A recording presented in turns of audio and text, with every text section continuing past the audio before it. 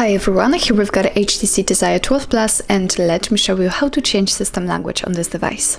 So first of all, let's open the list of apps and tap on the settings. Now we have to scroll down to the very bottom and tap on the system, choose languages and input and tap on languages again. And as you can see here, we've got the list of previously added languages. We've got English and French. In order to add new one, just tap on add a language. And here we've got the full list of available languages from which we can choose. So let's find the language you want to use and after that simply tap on it.